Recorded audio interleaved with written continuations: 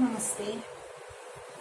I hope you might have gone through my previous videos in which the NCERT textbook questions are discussed. In this class, I wish to continue the same with a hope that these videos are helpful to you. Let us start with page number 209. First two questions we already discussed in my previous video, and now we pass on to the third question. The third question is that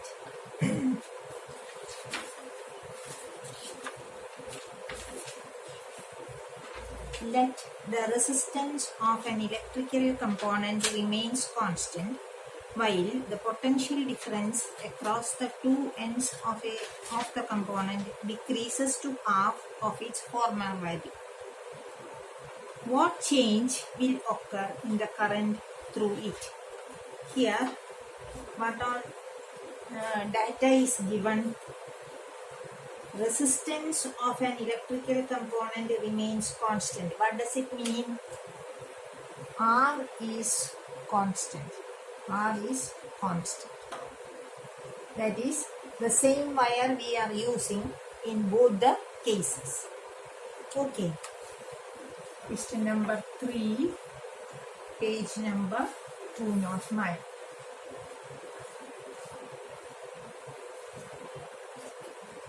The potential difference across the two ends of the component decreases to half of its former value. Potential difference changes. That is, if V1 is the potential difference in the first case,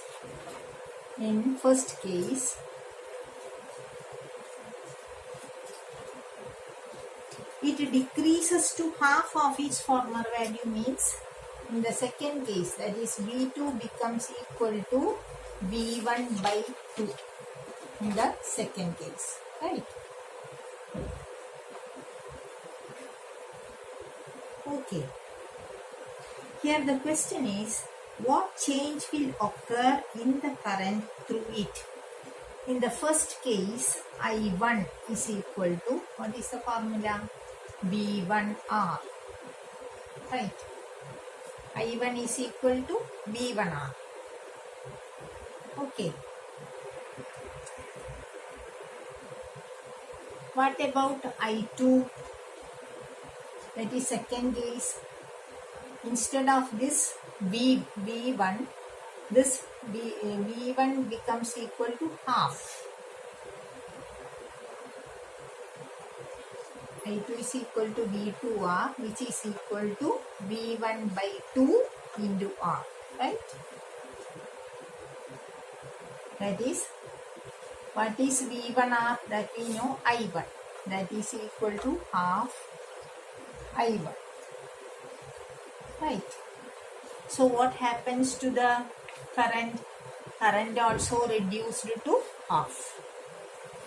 That is, definitely we know from Ohm's law, V is proportional to I, or V by I is a constant. That is Ohm's law. The same thing is explained here in the numerical way. That's all. V1 potential difference in the first case, V2 V1 by 2. That is, it is given as this V1 is reduced to half. That is why we take this V1 as V1 by 2. Okay, this is how we can do this problem. That is, when potential difference reduced to half, the current through the conductor also reduced to half. That is the answer. Next we go to the next problem.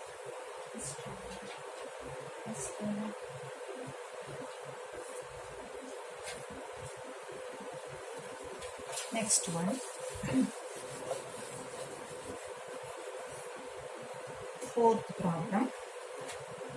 Why are coils of electric toasters? Fourth one. Why are coils of electric toasters and electric irons made of an alloy instead of or rather than a pure metal? Alloy is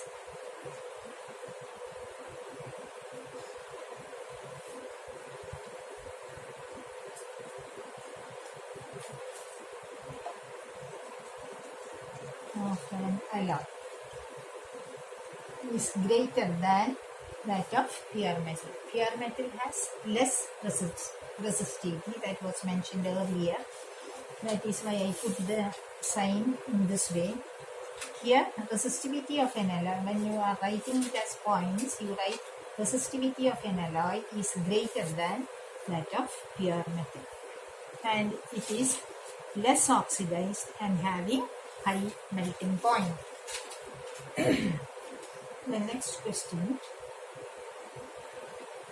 Use the data in table 12.2 to answer the following. In your textbook, in page number 206,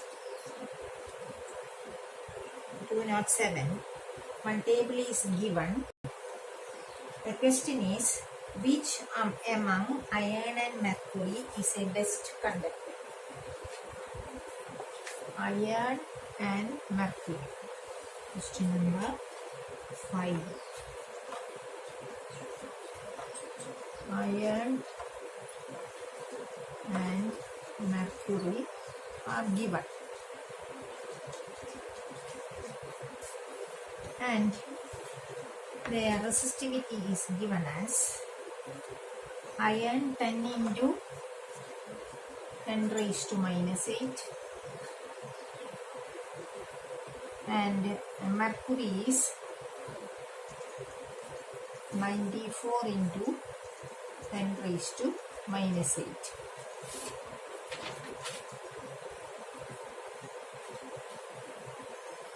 Which is the best conductor?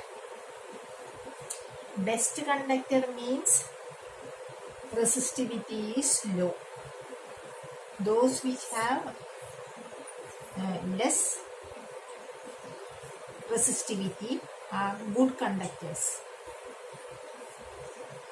isn't it? Less resistance offered. In such cases, it will be of low value. One will be more considered as conductors. So here, when we are comparing these two, iron and mercury, mercury has a high resistivity and iron has a low resistivity. So which is the best conductor? Iron is the best conductor.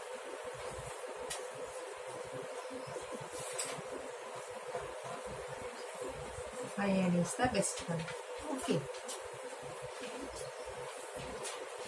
Then next question is, which material is the best conductor? One table is given there in which has the least resistivity is the best conductor. Here, silver, in the table given, silver has a very low resistivity compared to the other. It is given as 1.60 into 10 raised to minus 8 ohm meter is the unit. This is the best conductor comparing the other metals and alloys. Okay.